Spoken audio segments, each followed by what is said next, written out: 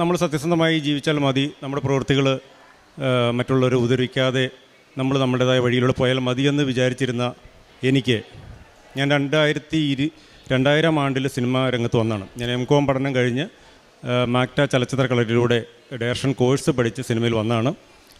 അന്ന് മുതൽ ഞാനൊരു സ്വതന്ത്ര സംവിധായകനാകാനുള്ള ആഗ്രഹത്തോടു കൂടി പ്രവർത്തിക്കുകയായിരുന്നു. 2015 ഒരു സെക്കൻഡ് ക്ലാസ് യാത്ര എന്ന സിനിമയായിരുന്നു എനിക്ക് ആദ്യമായി ചെയ്യാനായിട്ടൊരു അവസരം കിട്ടിയത്. വിനീത് ശ്രീനിവാസനൊക്കെ അഭിനയിച്ച സൂപ്പർ ഹിറ്റായിട്ടുള്ള സിനിമ. അത് കഴിഞ്ഞ് 2024 ഇപ്പോൾ ഞാൻ നിൽക്കുന്ന ഈ സമയം വരെ എൻ്റെ ജീവിതത്തിൽ കടന്നുപോയ പരീക്ഷണ കാലഘട്ടം സത്യം പറഞ്ഞാൽ ഒരു മനുഷ്യൻ ഓർക്കാൻ സാധിക്കാത്ത വിധം അത്രയും കഷ്ടകാലം പിടിച്ച ദിവസങ്ങളായിരുന്നു.